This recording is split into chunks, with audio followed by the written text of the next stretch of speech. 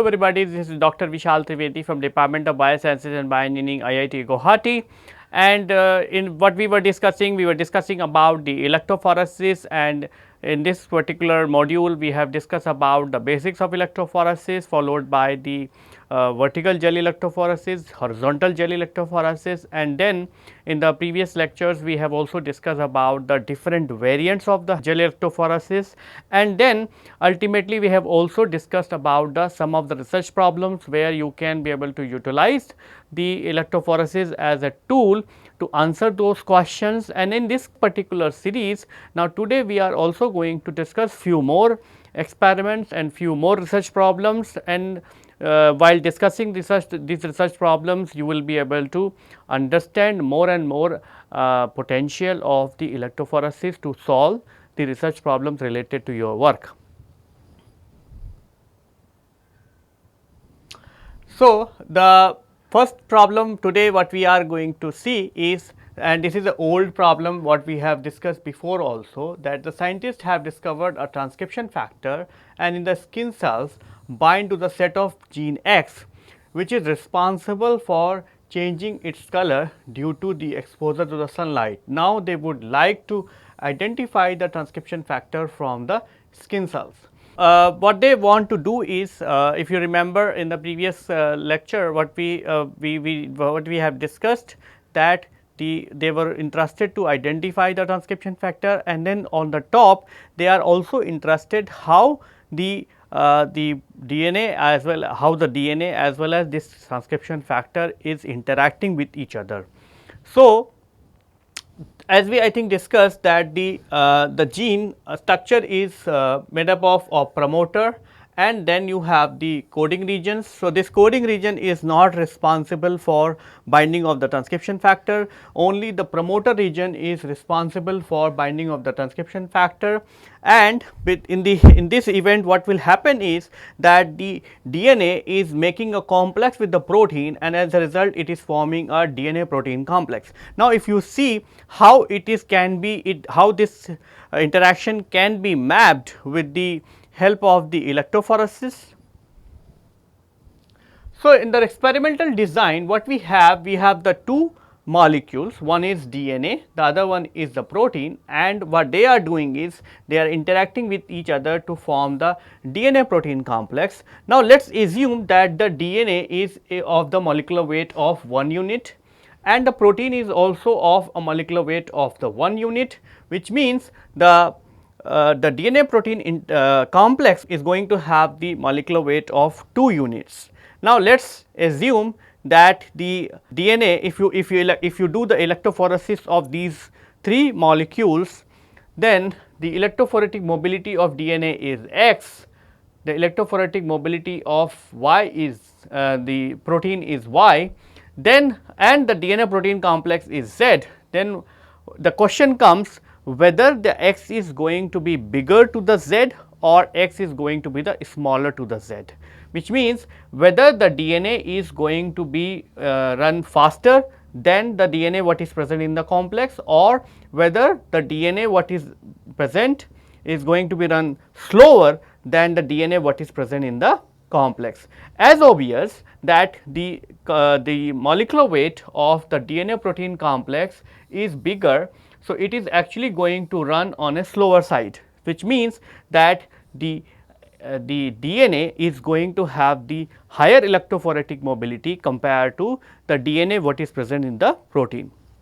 Because as you remember that the electrophoretic mobility in the gel electrophoresis is directly proportional to the charge and the inversely proportional to the molecular weight. So, this means if you have a smaller molecular weight, you are going to run faster and you are going to have a larger distance, you will cover the larger distance, whereas the if you have a bigger molecular weight, then you are going to run the smaller distances.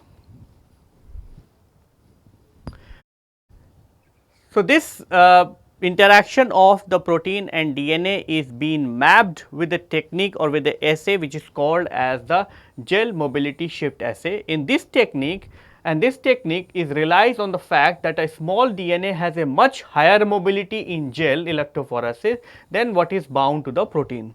So, what you can see is if I am running the electrophoresis or if I am doing the electrophoresis of the DNA alone, the DNA will run up to this point, but if I keep adding the protein molecules, the protein molecules are actually binding to the protein to the DNA, and as a result it is actually reducing its electrophoretic mobility. Now, imagine that the DNA what you are putting it for the electrophoresis is 100 kilodalton, okay, and the protein what we are putting is at 25 kilodalton. Now, see, when you are running the DNA alone, it is actually having a molecular weight of 100 kilodalton, but when you are adding the small amount of protein, it is actually the one molecule of the protein. If the one molecule of protein is interacting with the DNA, the resultant molecular weight is going to be 125 kilodalton. Similarly, if the two molecules of the protein will interact, then it is going to have the molecular weight of 150 kilodalton, and if the three molecules of the protein are going to interact, it is actually going to have the 170 kilodalton as a molecular weight. This means as the more and more protein molecules will bind to this DNA molecule, the resultant molecular weight of the complex is going to be keep increasing, which means you can be able to map the interaction between the two molecules simply by looking at the molecular mass.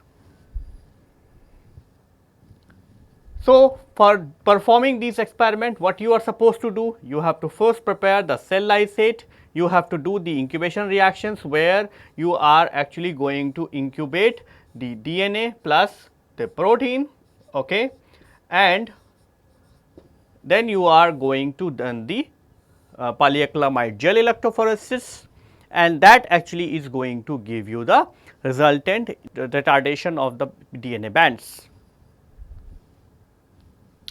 The material, reagents, the material and the equipment what you required. So, the first reagent what you required is the labeling reaction mixtures, so that you will be able to label the DNA, because how you are going to monitor the migration of or retardation of the DNA molecule is that you actually going to label the DNA with a radioactive material. So, in this case we are using the P32 labeled oligonucleotides. So, what you are going to do is you are going to take the oligonucleotides, you are going to done the 10x P&K reaction buffers, and then you are going to add the enzyme that T4 polynucleotide kinase, and then you are going to add the alpha 32 labels ATP and the double distilled water, and this labeling reactions is going to be catalyzed, and then it is actually going to label the DNA molecule, which is the oligonucleotide which you are going to use in the gel shift assays. You also need the binding assay buffer. So, the composition of the binding assay buffer is given here, which actually mostly contains the buffers, then you have the reducing agents, and then you have the EDTA, so that you should not you should take care of the contaminating metals and all that. And then you need the resolving buffer which you are going to use for running the page. So, 5x TBA buffer, where you are going to have the tris, boric acid and EDTA, and then the funnel volume what you are going to make up to the 1 liter. And then you need to prepare the recipe for the non-denaturating page gel. So, where you are going to take the acrylamide, water, TB, then APS and timid are going to be added as the polymerization agent, and then you require the sense as well as the antisense oligonucleotides, so that you can be able to design the oligonucleotides. And then in the instruments what you require, you need a gel electrophoresis system and as well as the microfuge. Microfuge means you require a small centrifuge, so that you will be able to pellet down the reaction mixtures. This can be done in a multi steps. So, in the step 1 you are going to prepare the labeled probe. So, the labeled probe can be prepared by multiple ways, and that all we are going to discuss in detail when we are going to discuss the Southern blotting. And so, for time being you can just simply understand that you are going to add the you are going to take the oligonucleotides, you are going to add the radioactivity or radio labeled ATP, and then you are just simply going to add the P and K, and that actually is going to catalyze the reactions to add the radioactive ATP to the oligonucleotides. So, here you are going to take the two oligonucleotide, one is the sense oligonucleotide, the other one is the antisense oligonucleotide. So, that you can be able to design a double stranded DNA. So, for example, we have given you a sequence of the sense and antisense oligonucleotides.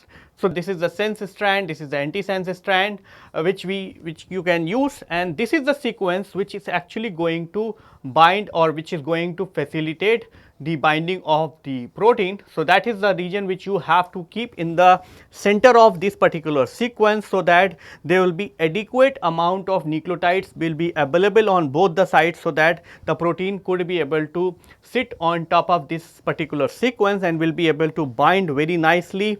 Then you have to do the several steps of doing the labeling reactions, and then ultimately you have to purify the labeled nucleotide by the gel filtration column using the G50 columns, and this column is pre-equilibrated with the buffers, so that you will be able to remove the excess radioactivity from the radio labeled nucleotides. So, once your labeled probe is ready, then you have to go to the step 2. So, in the step 2 you have to set up the reactions. So, for the setting of the binding reactions, what you have to do is you have to take up the nuclear protein extracts are incubated with the labeled probe. While setting up the binding reactions, the following components are added in the given order under the ice cold conditions. So, this is very important that you do all these experiments under the low temperature conditions, so that there will be no degradation of the DNA or there will be no degradation of the protein as well, because either of these degradations are going to compromise the overall effects. So, what you need is you need the salmon sperm DNA, which you are going to prepare in a DEPC treated water. So, DEPC treated water is a water which is free of the RNAs, so that there will be no degradation of the RNA if at all the RNA is present, because that actually is going to mask the signal or what you are going to get from the DNA. Then you also need the binding buffers. So, the composition of the binding buffer is already been given in the previous slide. Then you have to prepare the nuclear extracts. So, you have to add the X microliter of nuclear extract. So, that depends on the what kind of activity is present in your sample and all that.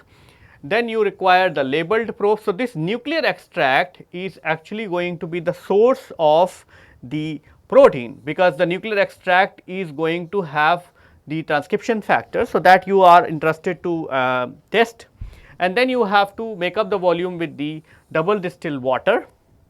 So, after the addition of all the components over the ice, the tubes are spinned briefly in microfuge, so that you can be able to collect all the reaction mixtures, and then they are incubated for 45 minutes at 25 degrees Celsius. So, that there will be interaction of the transcription factors what is present in the nuclear extract with the oligonucleotide which is we are adding, and then it is actually going to form the complex. In this there will be a variation that for the super shift experiments. So, super shift experiments are the experiment where you are also being interested that which protein is actually binding. So, in those cases what you can do is you can simply add the antibodies directed against a particular transcription factor, so that you will be able to not know only that the proteins are binding, but also which protein is binding. So, those kind of experiments are called super shift experiment, because in a normal gel shift assay what you are going to do is you are going to see a gradual retardation of the DNA or gradual moving of the DNA on the upward side. But in the super shift experiment, as soon as you add the antibodies are going to increase the molecular weight of the complex very high. So, because of that it is actually going to give you additional shift into the retardations. So, the 2 microgram of the respective antibody is added to the binding reactions prior to the addition of the labeled probe. Because of that, it is actually going to label, or it is going to bind the protein or the transcription factor of your interest. So, because of that, it is actually going to show you the super shift, which means in a normal thing what you have is you have a DNA here and then it will gradually go actually. Whereas, in the super shift what will happen is you have a DNA here and then it will show a very large jump in terms of shift, because here you only have the protein, whereas here you have the protein as well as the antibody. So, and that actually is going to increase the molecular weight in a very large quantity. So, it will actually going to add up a lot in terms of the final protein DNA complex what is going to be formed. So, this mixture was incubated for 20 minutes and then the labeled probe is added and incubation are carried out for another 45 minutes. So, the only difference between a normal gel shift assay as well as the super shift assay is that you have to add the antibodies prior to adding the oligonucleotide, so that the antibodies will go and bind to their respective target proteins, and then if those proteins are go and bind to your DNA, they are actually going to show you the super shifts. Then the step 3, you have to do the analysis of the reaction. So, once the analysis incubation periods are over, then what you have to do is you have to take these samples and then you have to analyze them onto the 5% non-denaturating polyacrylamide gels. In each well you can resolve the 20 microliter of the reaction mixture, and to monitor the progress of the gel, a tube containing the labeled probe alone together with the dye bromophenol blue is added in one of the lanes, so that you will be able to see how long the DNA will migrate if the protein component is not available, because that will be your reference point, how much shift of the DNA band you are getting when you are adding the nuclear extracts.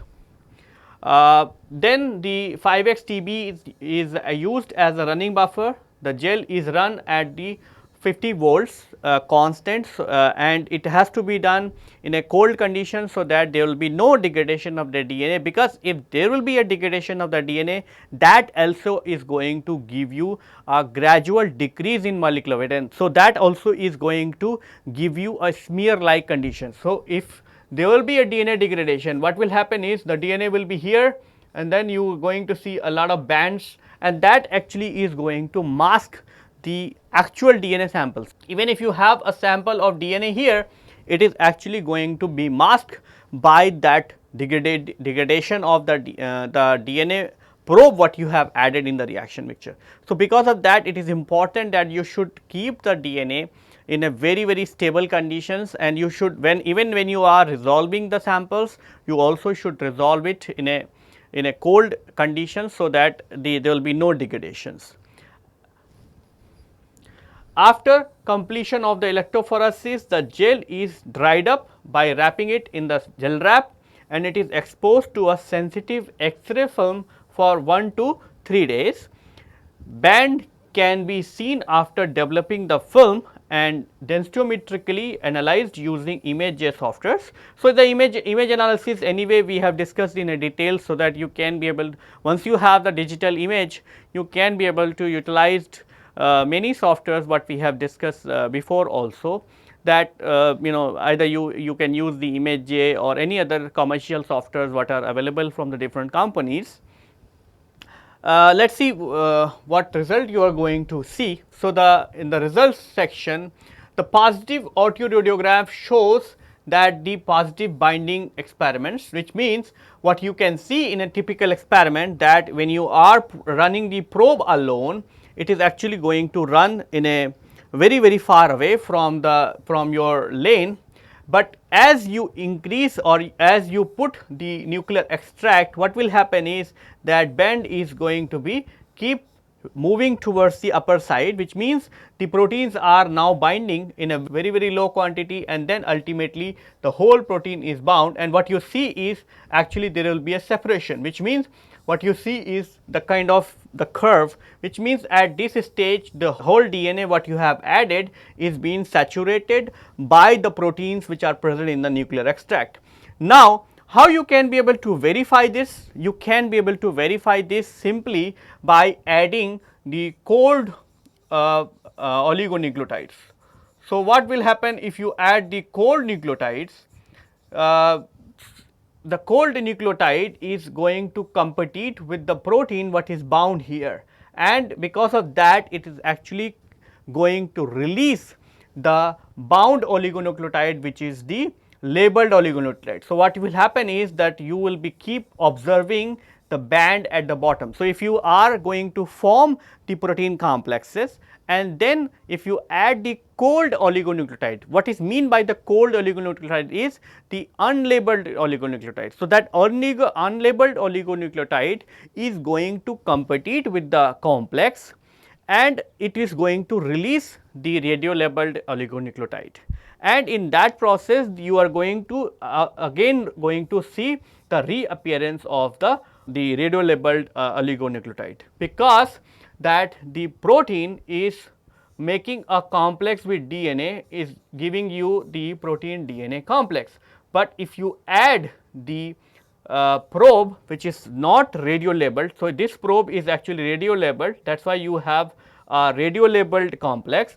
So, if you add the probe or the DNA which is not radio labeled, so what will happen is that this protein is going to be fractionate between the labeled probe versus the unlabeled probe. So, ultimately what will happen is it is actually going to start forming the complex with the unlabeled probe, and the labeled probe is now going to be released from the reactions, and this labeled probe is again going to be electrophorate, or it is going to have the similar kind of electrophoretic mobility what the free probe is having. So, that is why you are actually going to see the reappearance of the labeled probe. So, that is a kind of a verification that this is a specific interactions. On the top, if you are more interested, what you can do also is you can simply block the sites which is present onto the DNA as well with the help of different types of antibodies, and in those cases the protein what you are going to add will not be able to interact. So, these are the different way in which you are going to get the result and in which you can be able to verify the results. So, with this I would like to conclude our lecture here. In our subsequent lecture, we are going to discuss some more problems related to electrophoresis.